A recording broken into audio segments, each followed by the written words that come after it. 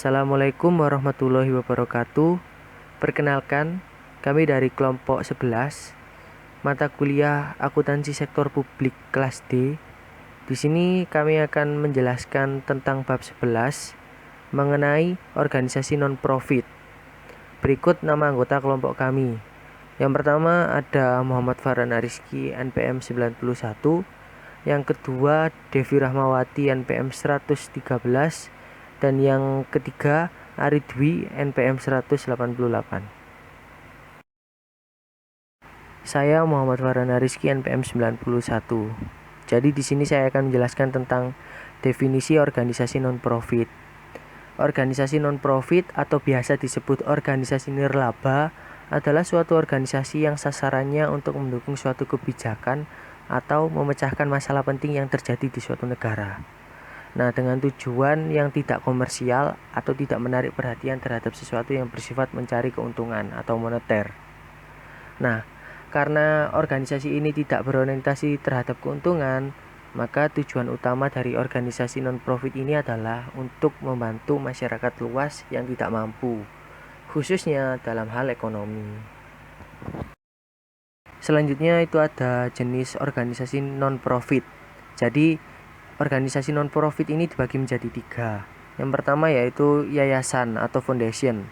Yayasan adalah suatu badan hukum atau organisasi nirlaba yang didirikan berdasarkan pemisahan aset dan mempunyai maksud dan tujuan bersifat sosial, keagamaan, dan kemanusiaan, serta tidak mempunyai anggota dan didirikan dengan memperhatikan persyaratan formal sesuai dengan Undang-Undang Nomor 28 Tahun 2004 dan Undang-Undang Nomor 16 Tahun 2001 tentang yayasan sebagai badan hukum non-anggota. Yang kedua yaitu ada perkumpulan atau association. Perkumpulan adalah suatu badan hukum atau organisasi nirlaba yang merupakan kumpulan orang yang bersama-sama mewujudkan kesamaan maksud dan tujuan tertentu. Nah, itu di bidang sosial, keagamaan, dan kemanusiaan. Dan yang terakhir ada lembaga atau institut.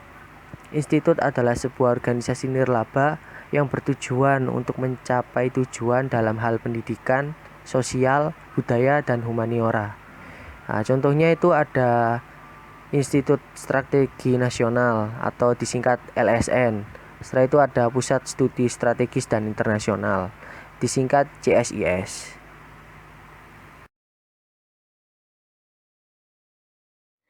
Saya, Devi Rahmawati, NPM 113, akan melanjutkan pembahasan mengenai contoh organisasi non-profit. Yang pertama adalah yayasan. Menurut Undang-Undang Nomor 28 Tahun 2004, yayasan merupakan organisasi yang didirikan berdasarkan pembagian aset. Jadi, yayasan didirikan dan ditujukan untuk mencapai suatu tujuan dalam bidang sosial, bidang keagamaan, atau bidang kemanusiaan lainnya yang dapat membantu masyarakat umum. Nah, banyak contoh yayasan di Indonesia. Beberapa di antaranya adalah Yayasan Kanker Wisnuwardana, Yayasan Amal Bakti Ibu, Yayasan Beasiswa Supersemar, Yayasan Bina Pembangunan, dan masih banyak lagi. Yang kedua adalah perkumpulan atau asosiasi. Organisasi ini dibentuk karena memang ada tujuan yang sama di antara para anggotanya yang tergabung dalam suatu perkumpulan tersebut. Nah, contohnya seperti asosiasi profesional dan serikat buruh. Yang ketiga adalah institut.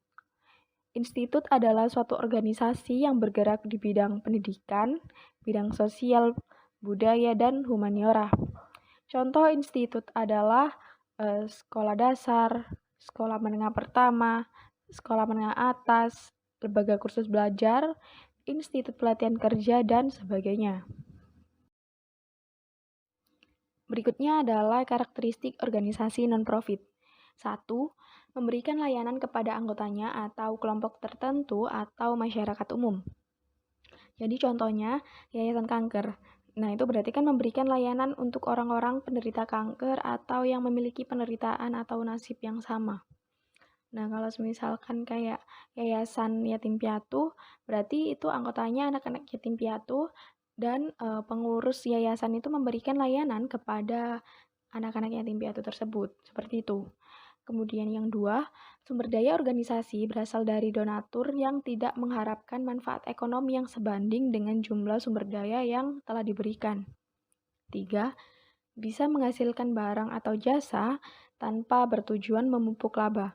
Namun, apabila suatu ketika menghasilkan laba, maka laba tersebut akan diperuntukkan bagi anggotanya, tidak dibagikan kepada para pendiri atau pemilik organisasi non-profit.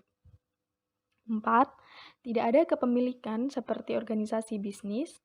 Jadi, kepemilikan organisasi non-profit itu tidak dapat dijual, dialihkan, ataupun ditebus kembali. Nah, berbicara mengenai perbedaan organisasi pemerintah dan non-profit, sebenarnya hanya ada pada siapa pengelolanya dan siapa pemiliknya. Jika pada organisasi pemerintah, pengelolanya adalah pemerintah dan pemiliknya adalah warga negara. Sedangkan pada organisasi non-profit, pengelolanya adalah orang-orang yang dipercaya masyarakat dan pemiliknya adalah masyarakat. Di sini, saya akan menjelaskan tentang dari mana sumber pendanaan organisasi non-profit. Yang pertama adalah pendapatan dari kegiatan program. Suatu organisasi nirlaba tidak dianjurkan untuk mencari pendapatan dari kegiatan yang dilakukan. Hal tersebut dapat menunjukkan bahwa organisasi beroperasi komersial. Pendapatan organisasi dapat bersumber dari kegiatan organisasi dengan memperhatikan beberapa hal berikut, seperti 1. Pendapatan dilakukan untuk keberlangsungan hidup organisasi nirlaba.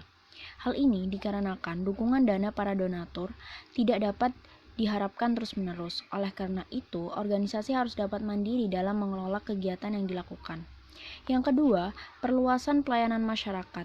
Dalam upaya memberikan kontribusi melalui kegiatan yang dilakukan oleh suatu organisasi nirlaba, diharapkan dengan adanya sumber pendapatan dari kegiatan yang dilakukan dapat menjangkau lebih banyak cakupan masyarakat sesuai dengan sasaran kegiatan. Yang ketiga adalah penghargaan atas kinerja yang dilakukan organisasi nirlaba.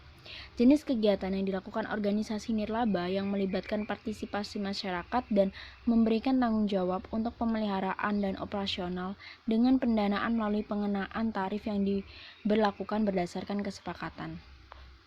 Pendapatan yang kedua berasal dari donasi atau sumbangan atau fundraising. Donasi merupakan pendapatan organisasi yang diperoleh tanpa harus menyajikan suatu balas jasa atau produk sebagai pemberian murni dari niat baik dari donatur. Donasi dapat diberikan secara reguler atau hanya sekali yang dilakukan melalui kegiatan penggalangan dana, misalnya melalui kegiatan filantropi. Nah, yang ketiga ada pendapatan dari hibah. Hibah diberikan oleh suatu organisasi nirlaba untuk mendukung suatu kegiatan tertentu. Pemberian hibah sangat spesifik, mulai dari organisasi pemberi, jenis kegiatan, pelaksanaan hingga konteks kegiatan dilakukan, seperti pembuatan proposal, rincian kegiatan, dan rincian dana yang dibutuhkan. Sehingga dana hibah murni sebagai donor bukan pelaksana suatu kegiatan karena diberikan sesuai proposal yang diajukan. Biasanya jumlah dana yang diberikan lebih besar dibandingkan dengan jenis donasi atau sumbangan. Yang keempat adalah pendapatan dari bunga dan hasil investasi lainnya. Merupakan pendapatan yang diperoleh dari suatu modal atau aset organisasi yang tergantung dari besaran jumlah nilai investasi. Pada umumnya, organisasi nirlaba tidak diperkenankan untuk melakukan investasi dengan risiko tinggi karena dana yang diinvestasikan tidak boleh berkurang dan harus meningkat jumlahnya, sehingga organisasi nirlaba harus lebih berhati-hati atau konservatif dalam memperhitungkan risiko dan keuntungan dalam berinvestasi. Yang kelima adalah pendapatan dari iuran anggota. Dalam suatu komunitas atau organisasi nirlaba dengan beberapa anggota, biasanya mewajibkan anggota untuk memberikan iuran. Besaran iuran disesuaikan dengan kesepakatan bersama atau dapat juga bersifat sukarela. Dan yang terakhir adalah pendapatan dari usaha komersil. Pendapatan langsung dapat diperoleh suatu organisasi nirlaba melalui usaha komersil dengan membentuk unit khusus dalam menangani atau memiliki saham atau kepemilikan badan usaha komersil. Penting untuk diketahui adalah pemisahan pengelolaan unit komersial dengan program organisasi nirlaba, sehingga kegiatan komersial dapat berjalan tanpa keterlibatan dari organisasi nirlaba dalam operasional harian. Pemisahan ini penting dilakukan untuk menghindarkan kerancuan tentang penggunaan sumber daya organisasi nirlaba.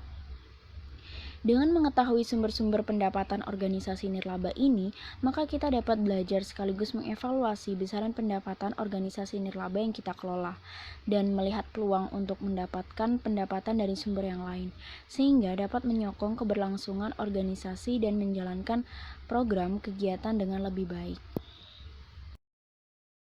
Baiklah, sekian presentasi dari kelompok kami, kurang lebihnya mohon dimaafkan. Semoga ilmu yang kita dapatkan dapat bermanfaat bagi kita semua. Wassalamualaikum warahmatullahi wabarakatuh.